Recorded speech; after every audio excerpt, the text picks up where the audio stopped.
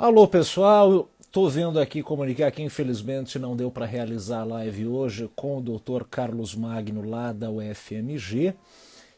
Houve algum problema técnico ou de dispositivo, de mobile, de conexão, a gente ainda não sabe. Eu estou tentando conversar com ele aqui para ver se a gente muda a plataforma, né, acerta o dia, porque ele preparou um conteúdo muito bacana, né, que tem a ver com a tese de doutorado dele, investigando, né, como que as pessoas percebem a expressividade, os cenários em propagandas eleitorais. Vamos tentar mais uma vez conectar com ele aqui, ver solicitação. Agora chegou, vamos ver se vai, vamos ver se vai. Tomara que entre agora.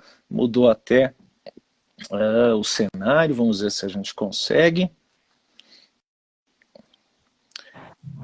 Finalmente, doutor, eu já estava adiando a live. Que alegria que é ver a tua face agora. Você me ouve?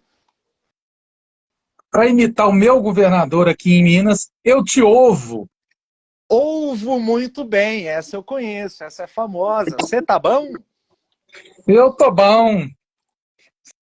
Vocês me Nossa. desculpem a todos os presentes, porque pelos cabelos vocês já veem que eu sou um cara analógico, né? E como indivíduo analógico, eu tenho muita dificuldade com essas coisas de fotografia.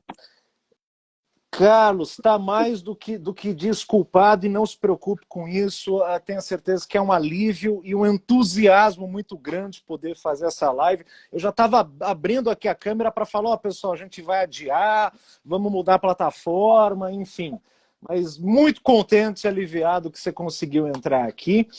É... Bom, pessoal, a gente vai receber hoje, no nosso segundo programa, a nossa segunda live do Cissem, o suzerano dos suzeranos, o Carlos Magno, meu amigo e cicerone de Minas Gerais, que ele é doutor em neurociências. Vou dar uma lidinha aqui no teu currículo, Carlos, e daqui a pouco eu começo a sabatina, viu? Vou falar uma meia Ah, dúzia de sim. palavras aqui, só para deixar você livre depois. Então, para quem está chegando agora, pessoal, muito boa noite. Segunda live do Cissem, a gente está recebendo hoje aqui o Carlos Magno para falar de política, fé e emoção. Ele que é doutor em neurociências pela UFMG, mestre em ciências sociais, gestão de cidades na área de políticas públicas pela PUC de Minas, tem experiência em docência no ensino superior e pós-graduação lato sensu, é técnico administrativo da Universidade Federal de Minas Gerais, a UFMG, tem trabalhos publicados na área de sociologia e ciência política, com ênfase em políticas públicas, atuando principalmente nos seguintes temas: orçamento participativo e políticas públicas participativas. Dessa inclinação à sociologia, inclusive fazendo a pesquisa, eu achei até um livro publicado pelo Magno em 2010, que depois eu quero ver se ele tem até um exemplar para me arrumar. Atualmente, o doutor tem se dedicado aos estudos sobre formação de preferências eleitoral a partir da neurociência, neuromarketing e neuroeconomia. Sua tese de doutorado foi publicada com o título Elementos Visuais na Propaganda Política, dois pontos, um estudo da resposta emocional de eleitores em diferentes cenários nos vídeos de campanha eleitoral. E investigou dessa forma como que alguns elementos não verbais influenciam a resposta emocional do eleitor, provocando sentimentos distintos de raiva, de alegria e de medo, por exemplo. E esse estudo, né, Carlos, ele envolveu uma testagem ali da resposta dos participantes a um mesmo vídeo de campanha gravado com 4 cenários diferentes, correto? Correto. Legal. Mais recentemente também, o Carlos ele montou um grupo de ensino e pesquisa que é o Brain in Business, da qual já publicou texto e já ofereceu, né, curso livre aos interessados. Para a gente começar, Carlos, você tá bom? Como é que você tá? Como é que foi esse trâmite para conectar? E vou te pedir já para emendar falando um pouquinho de como que foi a tua pesquisa, né? O que que você fez, como é que foi essa investigação? Não, Caio, desculpe a todos por apanhar por essa porcaria, porque eu não sou, embora trabalhe com fax e com imagem, eu não sou muito de colocar a minha imagem, né? Quem quiser passear lá pro Brain Business vai ver que não tem retrato meu, não tem nada, não tem vídeo. Sou meio dinossauro para essas coisas e estou aprendendo aqui a usar hoje. Então me desculpem a todos, né? E com relação ao meu trabalho, cara, o que nós buscamos fazer foi tentar incorporar nas pesquisas que estão sendo feitas sobre comportamento político no mundo inteiro, incorporar elementos é, de correlatos biológicos da experiência comportamental.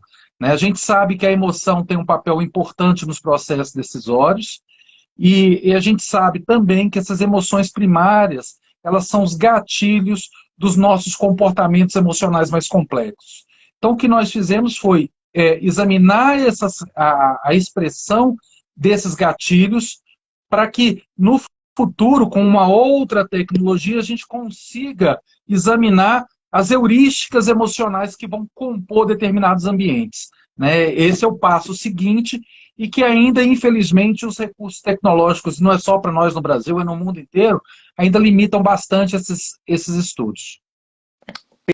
Perfeito. Ô, Carlos, uma das coisas que eu quis te chamar aqui também era para que as pessoas conhecessem a sua face.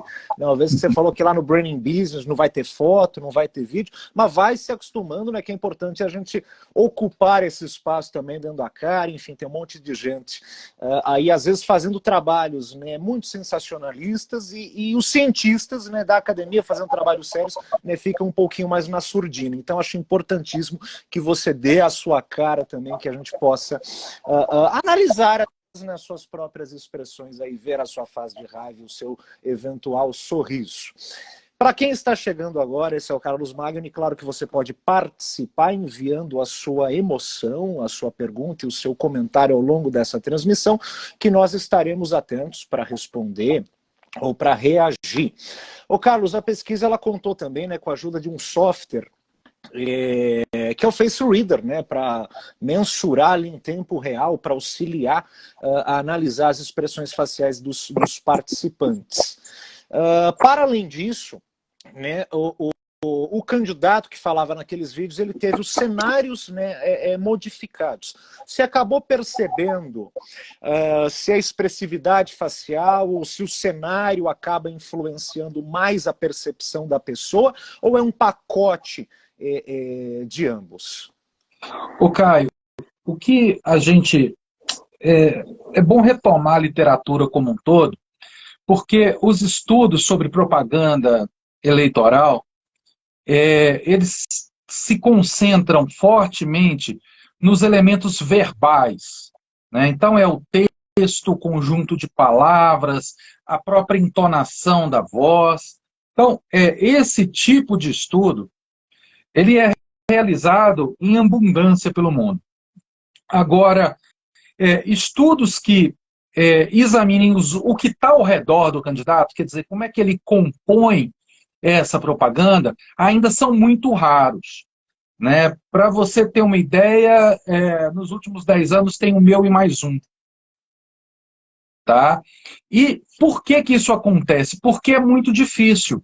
Né? Todo o meu trabalho foi feito em laboratório, né? É bom que quem está nos ouvindo saiba disso.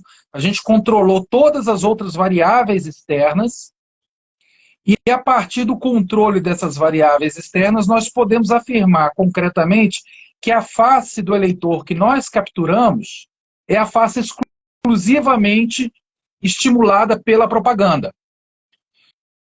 Quando a gente usa o mesmo vídeo, né, então, quer dizer, eu tenho um vídeo que ele é editado, ele é feito em chroma key, eu altero o fundo dele. Então, o tom de voz é o mesmo, a postura é o mesmo, o gestual do candidato é o mesmo, as expressões da face do candidato são as mesmas. Está aí o Caio mostrando os cenários que a gente trabalhou. Quando a gente faz isso, Caio, eu tenho a certeza de que a resposta que está dando ali, ela está levando a única variável que está alterando a resposta dos indivíduos que estão assistindo, é o cenário. E quando a gente faz isso, o que eu estou tentando aqui descobrir? Quando a gente... Hoje isso é muito comum, né? O político, ele gosta de abrir a live dele lá, com o celular na mão, mostrar a imagem ou na rua, ou outro político que faz lá sentado com uma parede branca no fundo, ou outro que faz com uma bandeira do Brasil no fundo, né? E aí vai para N possibilidades, o cara que faz mostrando que está no plenário da Câmara dos Deputados. Isso aí faz diferença ou não? Né? Essa é a questão. E o que a gente percebeu é que, de fato, esses elementos constroem a percepção que o indivíduo tem. Eles alteram a valência emocional. Né? Aqui, para quem não está acostumado com o termo, a gente mede objetivamente a valência pela diferença entre a emoção positiva, rap, né, alegria, e a emoção negativa mais intensa. Então a gente tira essas duas diferenças e calcula a valência por indivíduo. Então, quando a gente trabalha com um grupo populacional grande, uma amostragem maior, a gente tende a ter certos comportamentos que vão se repetir. E foi isso que a gente observou, que nós temos determinados cenários, por exemplo, daqueles que você mostrou aí, o que nós identificamos com o perfil do público que nós testamos, que aqueles que assistiram o vídeo com as casas aí chique no fundo, essa casa de condomínio aí, responderam com intensidades de emoções negativas muito mais intensas ao candidato. Tá? E aqueles que assistiram ao cenário com a biblioteca, por exemplo, tiveram menos movimentação na face, quer dizer, eles responderam com menos intensidade, né? Embora não com uma valência muito negativa, nem muito positiva, mas com menos intensidade. Então veja bem que, de acordo com o seu posicionamento no eleitorado, ou de acordo com a imagem geral que o eleitor tem de você, você consegue atenuar essas emoções básicas, negativas, e com isso tentar modificar a heurística decisória do eleitor. Então, é um mecanismo de marketing também, tá? É um recurso que já é usado desde a década de 50, tá? É importante que se diga isso, que desde quando os cenários começaram a ser usados em fotos de candidato, ou nos próprios vídeos de campanha, já nas campanhas americanas, sobretudo a partir do Kennedy, o que nós vamos observar é um uso desse elemento atrás, que pode dar mobilidade, que pode dar autoridade. Né? Hoje a gente tem nessa pandemia muita gente fazendo live, como eu, cheio de livro atrás. Né? Esses livros são um argumento de autoridade acadêmica. Né? Por exemplo, alguns médicos fazem mostrando os diplomas e certificados atrás. Então, esses mecanismos tornam, né, e aí dentro de todo um construto social que existe, de valorização social de elemento A, B ou C, de acordo com o contexto, você favorece a recepção a essa mensagem. Então, é basicamente isso que a gente está investigando. Excelente, Carlos. A hora que eu esbarrei no seu trabalho, né, eu vou até aproveitar para comentar um pouquinho, né, que você citou o Kennedy aí. Né, eu não pude deixar de lembrar, né, do efeito daquele primeiro debate televisivo que aconteceu em 1960, debate presidenciável entre o Nixon e o Kennedy. Né, vou até contar brevemente aqui para o pessoal saber, né, o que aconteceu naquele episódio, mas certamente quem já fez aí os cursos do CICEN, algum curso de introdução à linguagem corporal, já leu pelo menos uma meia dúzia de livros de comunicação não verbal, certamente já esbarrou nesse fenômeno, né, que foi o primeiro debate ali presidenciável dos Estados Unidos, que foi televisionado, de Nixon versus Kennedy, né, onde as pessoas que assistiram pela televisão tiveram uma impressão completamente diferente das pessoas que ouviram pelo rádio. Né, as pessoas que viram aquele debate pela televisão perceberam, né, tiveram contato, né, com o Kennedy mais jovem, com o Kennedy assessorado e consciente das câmeras, né, que estavam ali filmando, consciente dos seus gestos, da sua comunicação, né, e muito mais consciente se comparado com o Nixon, né, que não estava maquiado, que aparentava, né, uma fragilidade, que assim como eu fiquei doente na semana passada e estava aqui tossindo enquanto você falava, era o que o Nixon estava fazendo lá. Né? Então as pessoas viram, né, toda essa fragilidade, ele suando, ele tossindo. Né? E o efeito de quem acompanhou esse debate foi muito interessante, né? Porque quem ouviu pelo rádio falou, nossa, o Nixon ganhou. Né? Ele esteve muito melhor, ele venceu o debate. E quem assistiu pela TV falou de forma nenhuma, quem ganhou foi o Kennedy. E como que é possível, né, frente ao mesmo conteúdo verbal, as pessoas terem, né, percepções tão diferentes? Então, a partir dali, né, principalmente, começa-se a investigar esses elementos, né, visuais, também na política. E quando eu esbarrei no seu trabalho, eu na hora, lembrei disso. De uma forma geral, até para a gente poder aprofundar, vou te fazer uma perguntinha, né, assim, bem abrangente, que é como a comunicação não verbal e a linguagem corporal, né, ela influencia a nossa percepção, né? Quais outros elementos, além do cenário, aí, né, poderiam influenciar?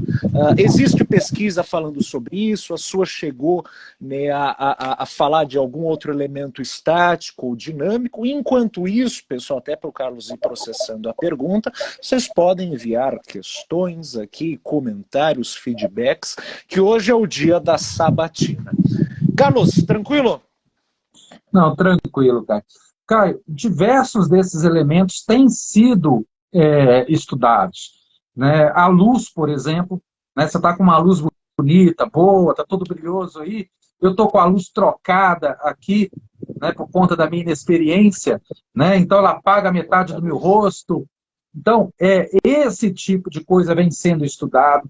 A gente sabe hoje, né, e eu trabalho com alguns partidos aqui, e que estava conversando com um e disse o seguinte, olha, a Marina pode ser a pessoa mais preparada do mundo, mas ela nunca vai ser eleita para um cargo de executivo.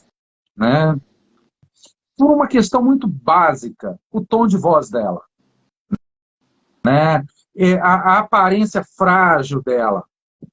Veja que a gente já tem consciência, e já existem vários estudos que mostram isso, que nós temos traços biológicos, que são traços evolutivos, que buscam nas lideranças comportamentos e portes que garantam segurança física.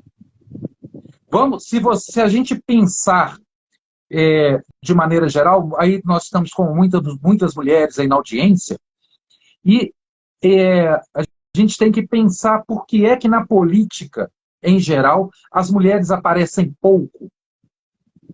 Tá? E isso existe uma explicação biológica, não uma justificativa biológica, por favor. Tá? Existe uma explicação biológica. É de que a estrutura, como tom de voz, tônus muscular, postura, tá? Deixam os indivíduos do grupo social inseguros com relação à capacidade daquele líder conduzir o bando. Vejam que isso é uma coisa que nós não temos consciência. Tá? É uma coisa que está incrustado na nossa memória genética. É um elemento de sobrevivência de espécie. Mas que, da mesma forma que tem expressão facial, que tem origem na nossa evolução como humana, nós temos mecanismos de seleção de liderança que são evolutivos também. Então, se a gente reparar as mulheres que tiveram liderança política em diversos lugares do mundo, a Bachelet no Chile, a Dilma Rousseff no Brasil, Angela Merkel na Alemanha, a Margaret Thatcher na Inglaterra, nós vamos ver que todas elas têm algumas características. Um tom de voz um pouco mais grave, né? Uma postura mais firme, um corpo mais forte. Tá? E essas evidências só corroboram aquilo que determinados elementos comportamentais já foram investigados por outros pesquisadores. Né? Hoje nós sabemos que formato de rosto faz diferença nessas escolhas. Né? Nós tendemos a confiar mais em pessoas que têm rostos com formatos semelhantes aos nossos. Né? Então, isso pode explicar um pouco dificuldade de alguns grupos étnicos se fazerem representados em cenários eleitorais de massa. E aí, posso ficar aqui até amanhã elencando elementos que nós já sabemos que influenciam. O que nós daqui, que trabalhamos um pouquinho com neuromarketing político, digamos assim, estamos fazendo e tentando é compreender como é que esses mecanismos todos se articulam. Tá? E não é uma agenda de pesquisa para amanhã, não. É uma agenda de pesquisa que ainda vai demorar muito tempo para se desdobrar. Excelente. Deixa eu dar boa noite aqui, que eu estou vendo nos comentários da Leia, da Etel, da Elizabeth. Olha, João Jopedrópio está entrando aqui também. Boa noite, Doug. Ô, Carlos, você foi falando, né, até de alguns atributos estáticos, né, da própria aparência da Marina Silva. Eu acho interessante comentar uma coisa para o pessoal, que é uma diferença, né, até básica entre a chamada linguagem corporal, né, e a comunicação não verbal. A linguagem corporal, né, ela geralmente diz respeito àqueles sinais expressivos que vazam, né, e que entregam ali um sinal emocional, um vazamento emocional, um sinal cognitivo, alguma coisa assim. Enquanto que, por outro lado, né, a comunicação não verbal, ela tende a estudar muito a nossa percepção sobre a imagem da outra pessoa, né, sobre o cheiro da outra pessoa, sobre o formato do rosto da outra pessoa, sobre o tom de voz, sobre a aparência física, esse tipo de coisa. Então, achei importante fazer, né, esse recorte até com o exemplo da Marina que você trouxe, né, que apesar de ser muito capacitada, né, a própria comunicação e talvez o biotipo físico dela, né, não ajudam ela nem em suas campanhas. Ô Carlos, e é difícil desligar assim, o interruptor no dia a dia, ou você fica vendo políticos e analisando o tempo todo o fundo, a forma do gesto, o tom de voz, assim, esse aí está comunicando bem, esse não está, opa, esse aqui vai cativar mais, esse aqui já vai gerar barreira, como é que é isso?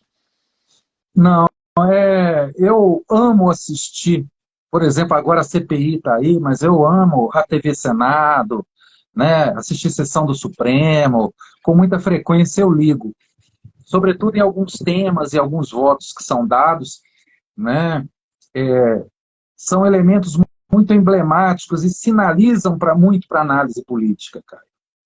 Então,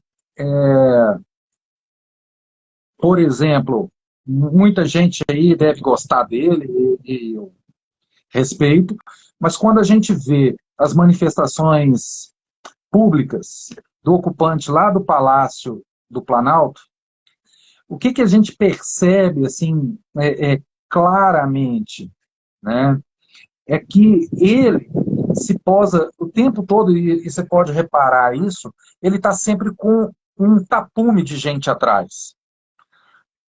Né? Ele compõe um cenário para falar e desanda abrir a boca para falar aquilo lá que ele sempre fala. E as expressões faciais da emoção durante determinados momentos, e quando a gente fala de momento, eu não estou falando do evento da expressão em si, mas de um contexto, porque nós não podemos esquecer de qualquer pessoa que está sob pressão, o tempo todo ela está processando a pressão que ela está recebendo. Então, quando ela consegue externar uma outra coisa e acha que se deu bem, então aquilo que ela externa diz muito sobre o que ela realmente pensa, né? O conjunto e a organização das ideias.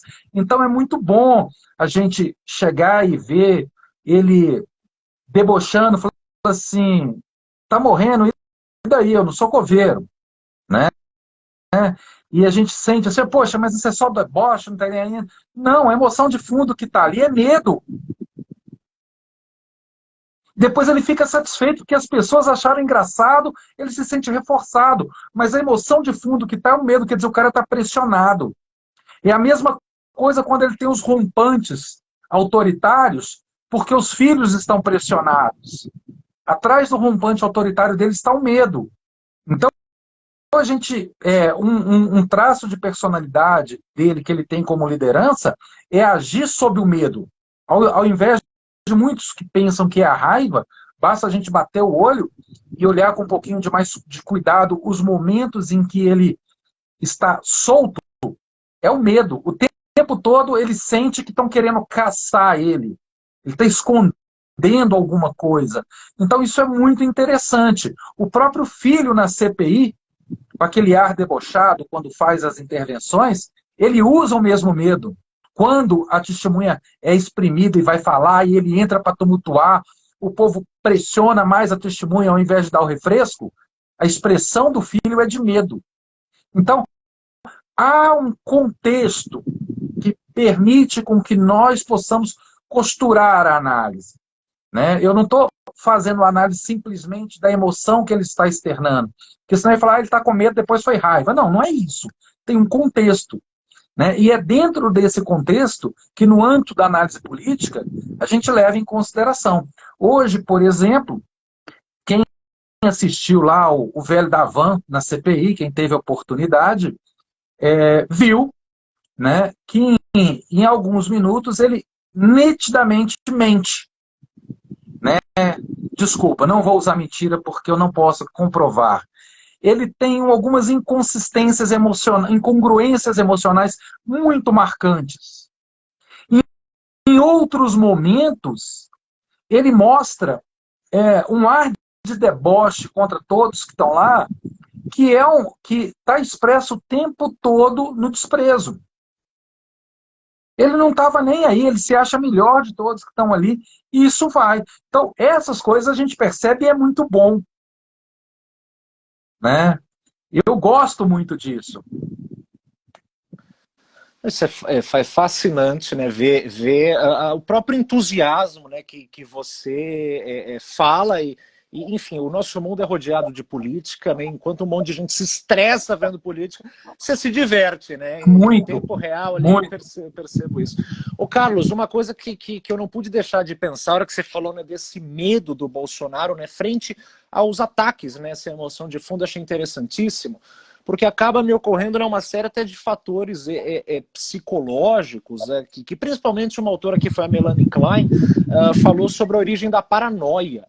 Né? E o Bolsonaro, ele é esse cara, né, vigilante, paranoico, né, com aquela persecutoriedade, sempre rodeado de ameaças e todo mundo, né, querendo atacá-lo e destruí-lo. Né? Segundo a Melanie Klein, né, desses mecanismos, né, de persecutoriedade tem a ver com os ataques, né, que a própria pessoa faz.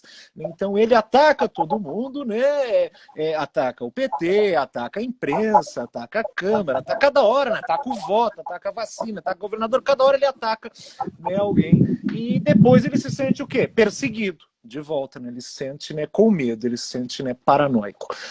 Não queria me alongar muito, só fazer esse paralelo, até porque o convidado hoje é você. Eu gosto de dar voz aos meus convidados na noite. Mas eu ia te perguntar, já que entramos nesse tópico do Bolsonaro, que eu acho um tópico, assim, inclusive, né, muito prático. E o Cícero não tem medo hoje de falar de política. Você já percebeu o Bolsonaro de quando ele foi eleito, que ele começou a governar, né? Muita gente fala que ele não saiu do palanque, né, e continua com os discursos eleitorais dele. Na sua visão e nas suas análises, a comunicação do Bolsonaro mudou de quando ele foi eleito, ou se as pessoas estão corretas e também os elementos visuais, ou esse cenário de fundo é o mesmo? Como é que é isso para você? Mudou ou está igual? A estrutura narrativa é a mesma. E é uma estrutura muito competente, cara. Desde a campanha, os pilares que sustentam e constroem a imagem e o discurso são os mesmos. Tá? E é por isso que ele não sai do palanque. Porque a comunicação dele não mudou. Tá? E não mudou por quê? Porque a comunicação ela só pega o estereótipo dele. Todo o conteúdo dela é construído pelo filho. Então, a gente vê descompassos que são presentes o tempo todo e que se tornaram naturais. Então, esse ar meio avacalhado dele, querendo aparecer como popular, o que ele nunca foi, está sempre querendo ser rodeado de gente, é uma estrutura comunicativa que ele vai beber lá no Getúlio Vargas. Né? Com a diferença do Vargas, que tinha de fato pessoas atrás dele, O que o Bolsonaro faz é construir um cinturão de sectas para afagar a vaidade dele. Quando a vaidade dele está afagada, ele usa qualquer recurso, porque qualquer coisa vai mostrar que ele, efetivamente, é um líder forte, querido. Então, toda a construção é para isso. E chama atenção, é uma construção idêntica de imagem, idêntica à construção de ditadores. Não é construção de imagem característica de democracias. É uma imagem fechada, impermeável, tá? Com elementos subentendidos que não saem dele, saem de outras fontes, e que constrói todo um cenário em torno daquilo que quem dirige o governo diz que precisa. Perfeito, Carlos. Eu vou até aproveitar para fazer uma dúvida que me ocorreu agora, porque a hora que você fala, né, do governo Vargas, eu queria até ver se tem diferenças, ou qual deles que é, porque o Vargas, né, ele governou a primeira vez, né, de 30 a 45, tem toda a questão do Estado Novo, esse período mais ditatorial, e você compara, né, a comunicação do Bolsonaro com, né, a questão ditatorial, mas eu fiquei pensando na comunicação populista, né, que tem a ver sim, né, com esse primeiro governo Vargas, mas que tem talvez mais a ver com o segundo governo dele, que, se eu não me engano, é de 50 a 54, de 50 a 53, uma coisa assim. Quando você fala que é mais próximo da comunicação do Vargas, é de uma forma comum nesses dois governos, ou é mais referente a de 30 a 45, ou desse segundo governo dele? É mais referente de 30 a 45, quando há um controle da informação que circula e a palavra do Vargas vira verdade. A gente está vivendo um período ali em que a imprensa não é muito livre e o próprio Vargas tenta censurar essa imprensa. Então, esse mecanismo de deslegitimar os veículos de comunicação, veja bem, eles têm N problemas, mas o pressuposto de uma democracia são veículos de comunicação livre com informação confiável. É isso que ninguém está levando em conta quando fala liberdade para divulgar as coisas. Em qualquer lugar do mundo que se divulga, tem que se ter responsabilidade sobre ela, né? E essa comunicação que esse grupo que está no poder em Brasília hoje faz, não é uma comunicação com responsabilidade. É uma comunicação com interesses e sem nenhum compromisso com a verdade, ou com os fatos, propriamente dito. Então, assim, eu costumo dizer que esse governo, especificamente, do ponto de vista das emoções e da formação política, ele não é um governo de fatos, é um governo de versões, de narrativas. O próprio presidente é uma própria narrativa. Cada hora ele está de um jeito, não fala, escorrega, corre para aqui, corre de lá, pede desculpa aqui, ataca ali logo em seguida. Quer dizer, ele emite sinais ambíguos o tempo todo, né?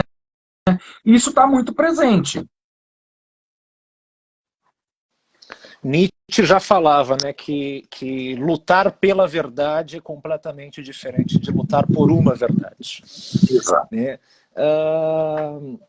Ô Carlos, mudando de alhos, né, para Bugalhos, dentro da política, mas abrindo um pouquinho mais, saindo um pouco do Bolsonaro. Antes disso, pessoal, estamos recebendo aqui, né, deixa eu só fazer o cerimonialista, estamos recebendo aqui hoje, para quem está chegando agora, o doutor Carlos Magno, diretamente de Minas Gerais, ele que tem a sua tese de doutorado, investigando os elementos não verbais, elementos visuais em propagandas políticas, né, como que isso afeta as nossas receptividades, nossos julgamentos e as nossas emoções. Tem perguntas? Aproveite para enviar agora, que daqui a pouquinho encerra a live e vocês vão ter que ir lá no Branding Business se quiserem interagir com o doutor. Doutor, então voltando à pergunta que eu ia abrir um pouquinho mais. Na sua tese chega a aparecer, ou na sua prática, você consegue falar sobre as diferenças significativas entre a comunicação da esquerda e da direita? Dá para agrupá-las dessa forma, ainda que a gente possa ver espectros, né, tanto de extrema esquerda a extrema direita? Tem um jeitão próprio de cada uma ou não? Vamos lá. Isso é uma coisa interessante, Caio, porque assim, eu não investiguei comunicação de esquerda ou de direita. E no Brasil, há muita dificuldade em compreender o que é esquerda e o que é direita. Tá? Vou te dar um exemplo claro que as pessoas não sabem se posicionar, que diz respeito ao status do PSDB. Durante até o início do fenômeno atual, desse atual presidente, o PSDB era um partido de centro-direita. De uma hora para outra, grande parte da população começou a falar que o PSDB era comunista. Né? Então, assim, essa onda de desinformação, ela reforçou e se aproveitou do baixo grau de institucionalização das estruturas partidárias no país. O que eu estou dizendo? Os partidos aqui não têm identidade ideológica. Isso dificulta a identificação do que é direita, do que é esquerda, do que é centro. Então, o que eu fiz na tese? Eu perguntei para as pessoas sobre alguns temas. E sobre alguns temas que são mais ou menos marcadores dessa orientação política. Coisas do tipo: você apoia as políticas de inclusão social, tipo Bolsa Família? Você é a favor ou contra o aborto? E sempre em escala Likert, tá? De 5. Você confia nos sindicatos? Confia nos partidos? E fui fazendo isso. Uma série de perguntas que as pessoas responderam para mim. Então, o que a gente percebeu? Que determinados públicos, com determinadas características, vamos pegar aqui entre aqueles que são favoráveis à legalização do aborto, contra aqueles que são contrários, comparando os dois grupos, o comportamento da resposta facial deles ao cada um dos vídeos é bem diferente. A gente tem diferença estatística nas valências ali. E tem diferenças estatísticas entre emoções também. Tá? Eu ouso dizer que aqueles que assistiram ao vídeo com as casas de luxo e têm orientação religiosa mais forte, que são mais fortemente contra o aborto, expressaram emoções negativas com maior intensidade. Tá? Então, quando assiste esse daí, essas pessoas expressam com maior intensidade.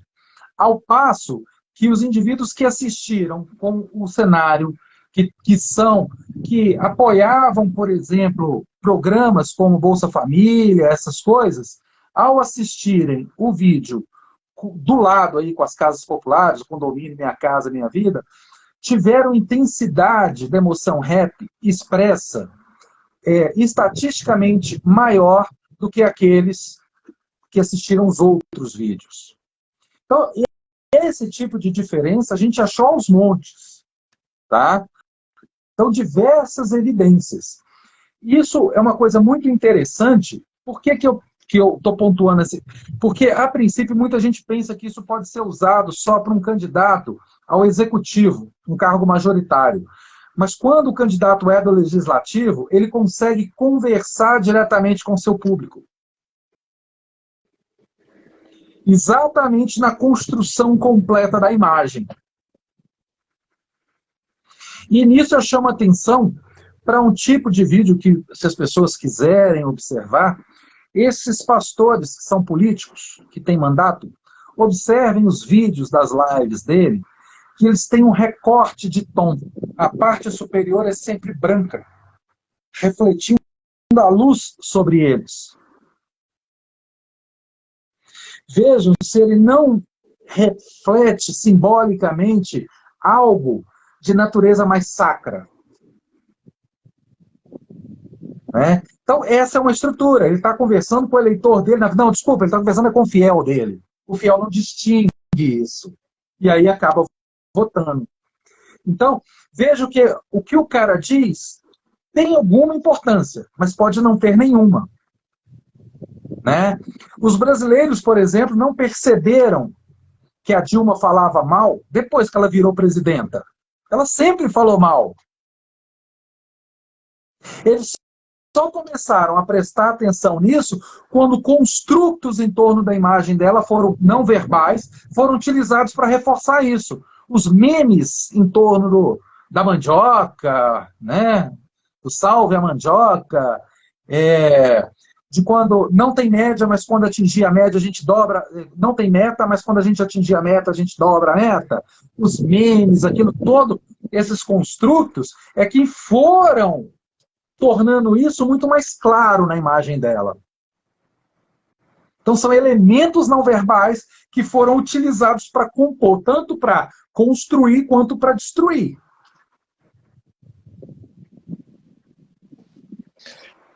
Excelente, Carlos. A gente já vai caminhando, né, para o final. Queria ver se... Eu vou fazer mais algumas perguntinhas pontuais ainda. Eu queria ver se quem está aí nos assistindo gostaria de aproveitar para perguntar alguma coisa. A hora é agora. Já envie que a gente já reage ou responde em tempo real.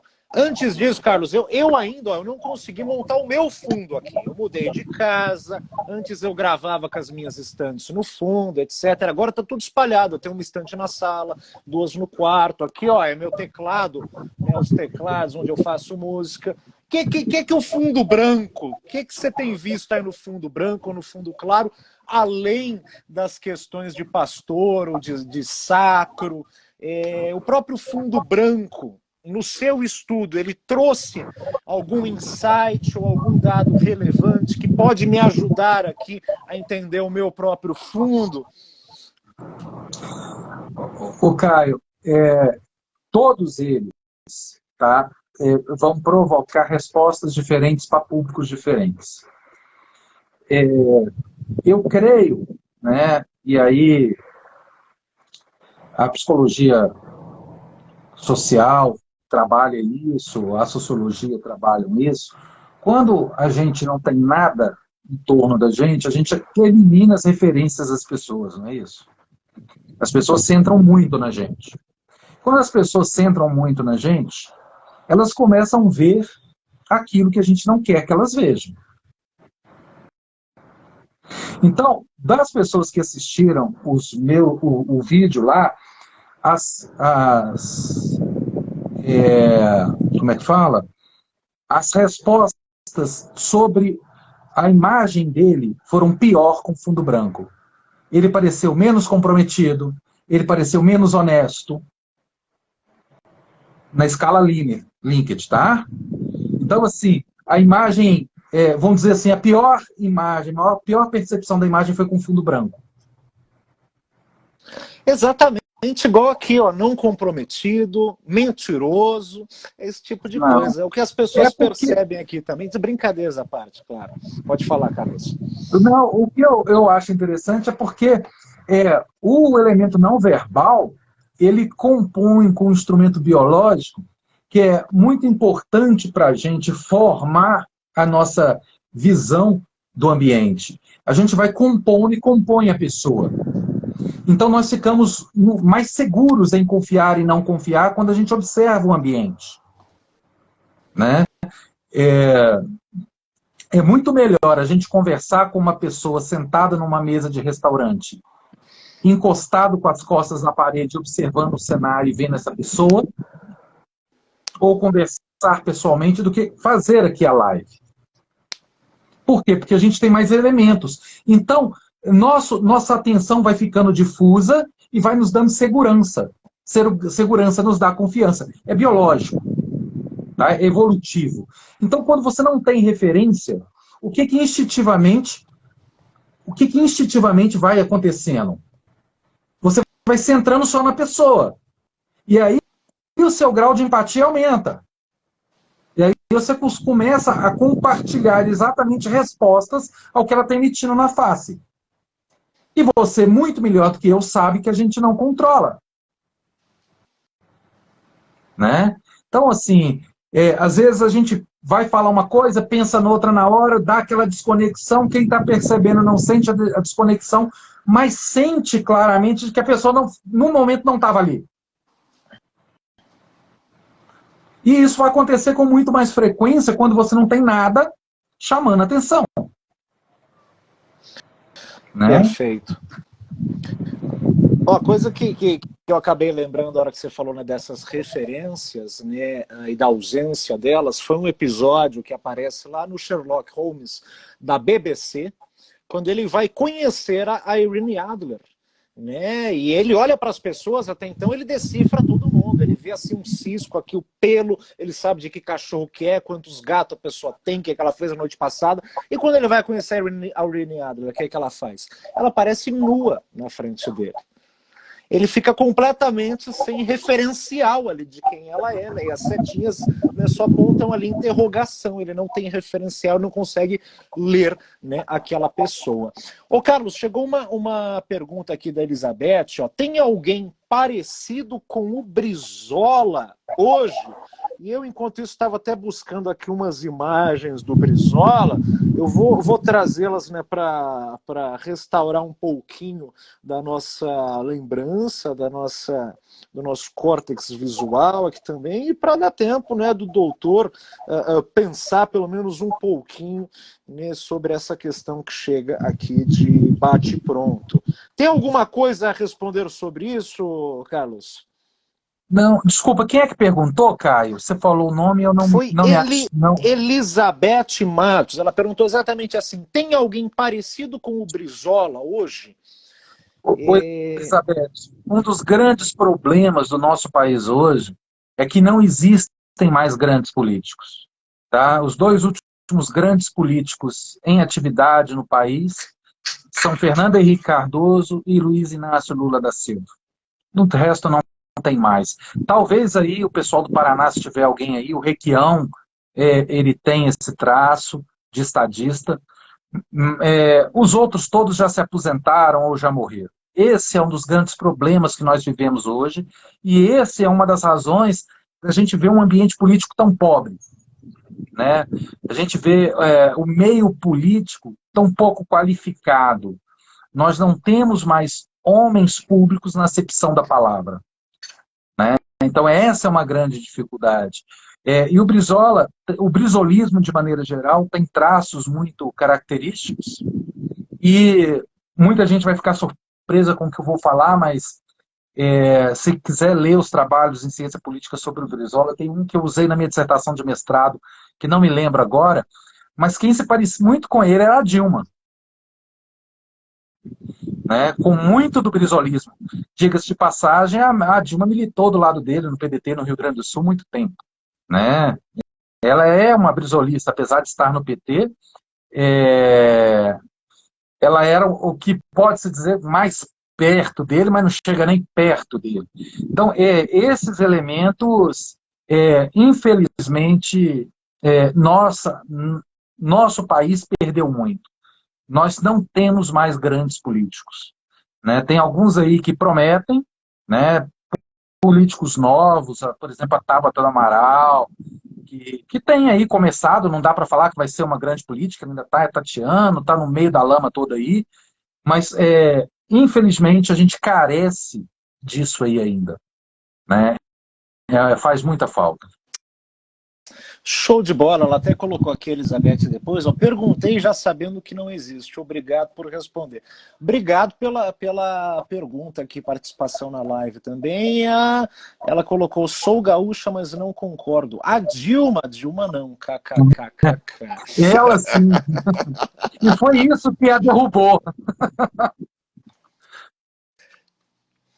Carlos, bom, para a gente caminhar para o final, vamos fazer agora uma espécie de rodada relâmpago, o tempo das emoções, que envolve uma rodada de conhecimentos e de opiniões também. Você pode responder de forma lacônica, com sim, não, talvez, não sei, ou ficar quieto, enfim. Você pode se alongar nas respostas, você sempre tem o direito de mentir também, né? E caso faça isso, ninguém aqui vai ficar te analisando, até porque o público do System não gosta desse tipo de coisa. Nem um pouquinho. Para a gente começar, então, primeira pergunta da rodada relâmpago, deixa eu ver se a vinheta toca hoje.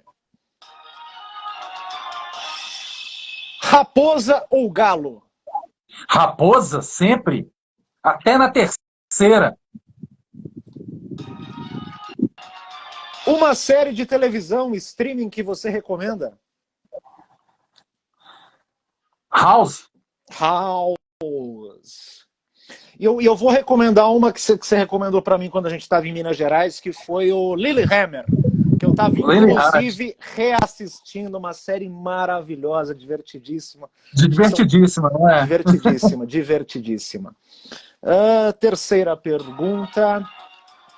Um livro para quem está começando nessa coisa de detecção de mentira, linguagem corporal, comunicação não verbal. O do Caio. Opa, obrigado. Cadê o... Puta, nem tá aqui o meu para eu exibir aqui, ó. Devia estar com ele perto aqui, não estou. Obrigado pelo jabá gratuito, escrito sobre a mensuração científica da face humana, edição revisada e atualizada à venda na Amazon. Magno, um livro para quem já começou, então. Nossa, são tantos, Caio, que eu acho que depois que começa, eu acho que mais do que um livro, é a base bibliográfica do Ekman. Né? Chega lá no site, vê os artigos, tenta acompanhar a cronologia dos artigos, que é muito importante para a gente amadurecer a mensuração da face. E aí depois tem N autores, mas eu acho que primeiro, e como sociólogo eu tenho esse hábito, é beber no clássico. Excelente. Eu assino embaixo até a sua recomendação. E para quem não conhece, pessoal, tem uma seção lá no blog do Ekman, no site do Ekman, o Ekman Group, na parte de articles, de artigos, tem toda essa compilação desde os anos 50, com os hiperlinks para você acessando e já na ordem. Assim, é uma aba assim, muito legal para você realmente consultar de forma fácil essa publicação científica do Ekman. Carlos, como a gente também falou um pouco sobre música em Minas Gerais, e, enfim, eu sei que você é o oposto do que eu ouço e vice-versa, você tirou sarro, que eu adoro os mineiros, o Clube da Esquina, fui no Clube da Esquina, e você falava de Sepultura, não, Angra, sei lá, enfim, umas coisas que me dá até dor de cabeça. Uma banda para ouvir hoje à noite, o que você recomenda pro pessoal? Deep Purple. Essa ótima recomendação, que Emocional Tamora assina embaixo aqui. Pergunta, mais uma. O que fazer com os picaretas do mercado? Trabalhar a sério. Teve alguma pergunta que eu não fiz, mas que você gostaria que eu tivesse feito?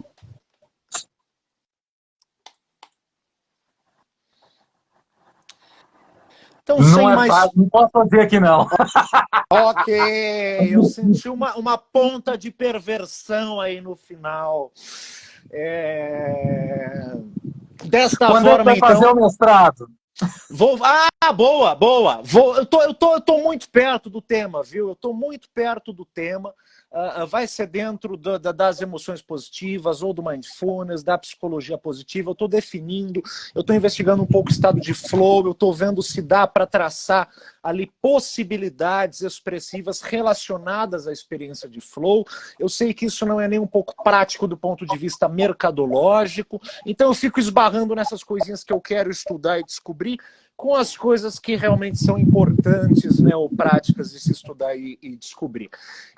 Então, agora que essa batina, né, virou para mim, eu estou caminhando, Carlos, para muito em breve, cada vez mais perto de fazer esse mestrado aí na UFMG. Não tenha dúvida disso, já que a motivação existe. O que eu não achei é o tema. É o tema que dá o tesão, tá? É basicamente isso. Desta forma, então, pessoal, chegamos ao final do nosso segundo programa Lives do Cissem. Hoje, mais partidário do que nunca, recebendo o emocionalmente único Carlos Magno. Obrigado pela presença, Carlos, pelo seu tempo, pelos seus conhecimentos. Antes de a gente encerrar, eu quero que você passe os seus contatos. Como que o pessoal te acha, onde te acha, é site, é Instagram, é número de zap, é caixa postal para mandar cartinha do ouvinte, como que o pessoal te acha? Não, pode me achar pelo Brain Business, pode mandar e-mail, carlosmagno@uol.com.br, né? Aí me acha por aí. Para que todos que estão aí saibam, eu não sou muito fã de rede social. E aí, assim, tô lá no Facebook, tô aqui no Instagram, mas eu quase nunca entro. O meu atropelo aqui hoje ficou bem claro que eu não tenho muita intimidade com essas coisas. Mas na insistência, com paciência, deu tudo certo. Eu já estava adiando para amanhã. Quem assistir a live aqui depois gravada vai ver que eu abro a câmera falando, pessoal, não deu certo, não estabelecemos contato, estou adiando a live. E de repente a gente consegue realmente se conectar aqui e fazer no dia certo. Pessoal, essa foi a segunda, então, live da série de lives do Cicem, até dia 22 de dezembro, todas as quartas-feiras, às 7 horas da noite, teremos lives. Semana que vem, vou receber a nossa amiga, Carlos, Mônica Teixeira, que estudou FEX com a gente, para falar sobre, né, aquele estudo maravilhoso dela no terreno da sedução, do flerte, do comportamento de corte. Como que será que é, né? A gente tem tanto interesse em saber. Legal.